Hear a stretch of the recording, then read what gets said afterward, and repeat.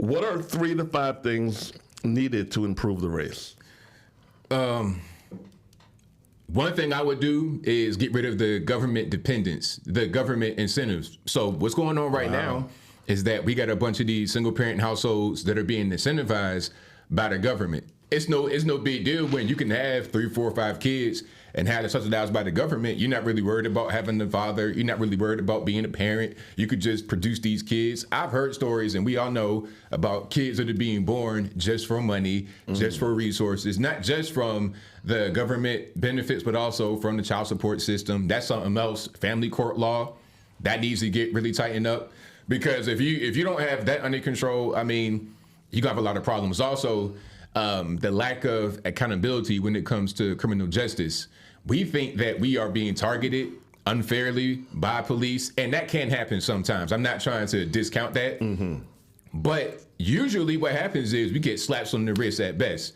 Okay, little Johnny then went and shot up 15 people. Okay, he did drive-bys, like it was a shooting when I was in Virginia still. It was a shooting that made the news, like right in my neighborhood.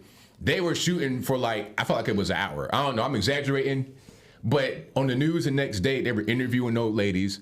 Lady was like, I was in the kitchen cooking, the bullet went right past me, hit the microwave. I mean, stuff like that goes on, and it's not even a big deal. We'll see the newspaper, okay, this amount of people got killed in New York. This amount got killed in Chicago. This happened and that happened. And then the people that do it, slap on the wrist. You get 5 years in the penitentiary, you come right home and do the same thing over again. So we got to get that together. So family court, child support, criminal justice system, and also, what else would I add on there? I would say we got to get control of our image.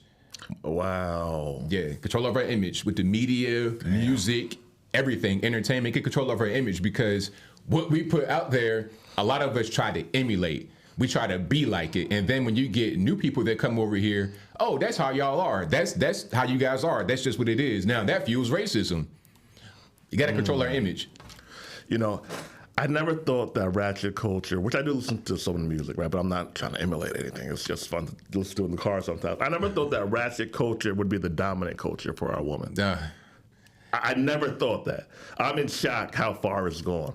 Yeah. What's your thoughts on that?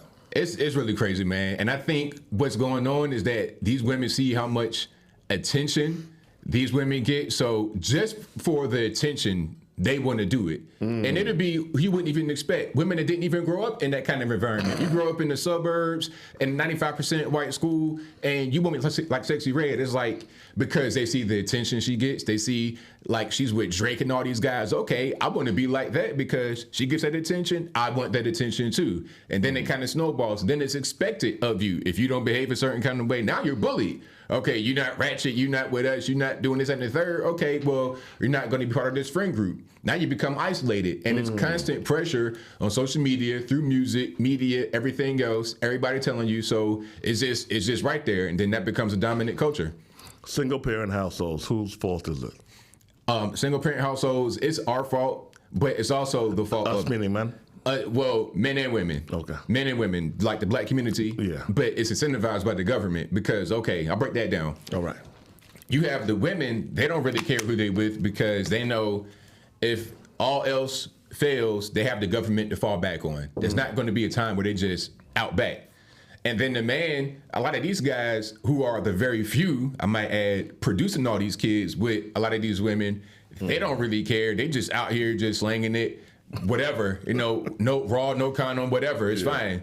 But the government incentivizes it because, okay, you get all these safe guards, you get WIC, EBT, TANF, Section 8, all these programs, plus the child support system, which ain't nothing but a racket, and the government gets their take first.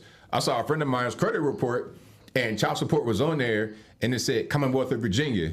Oh, that's interesting. So it's a government thing. That's why it's not going to be canceled. Like, going back to your man Biden talking about student loan debt. I didn't say he's my man. not your man. Not your man. Going back to Biden talking about canceling student loan debt. They're not going to do that because it's a government debt, the same as child support.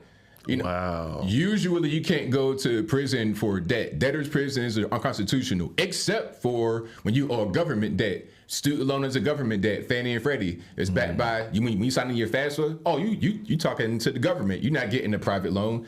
Like a credit card, if you owe credit card debt, it doesn't matter how much it is. Unless you engaged in fraud, you're not going to prison for owing the money. But you get a student loan and you buck on that, they can garnish your wages and do things like that. You won't go to prison, but child support, they're going to do all of that, garnishing your wages, everything, and send you to the penitentiary. That's why they're not going to cancel it, because they got so much power to extract it from you. And they can dangle it in front of us. Oh, I'm going to do it next year. I'm going to do it next year, just so we keep on voting for them. That's it, exactly. Damn. Marriage, make relationships work. Should there be an institution? Should our community have arranged marriages or semi-arranged marriages? Should we practice polygamy? Man, this is a deep topic because our numbers are like 70% with single-parent households, right? Yeah. Roughly? Okay, so how do we change that? You got to change the culture first because, I mean, the single-parent households, they had no intentions on getting married at all. A lot of times it was just, oh, shit. Yeah, little one-night stand type situationship. I never thought about that. Oh, yeah. Many never had it. Yeah. It was never no intention to get married. It was just, okay, a baby is here.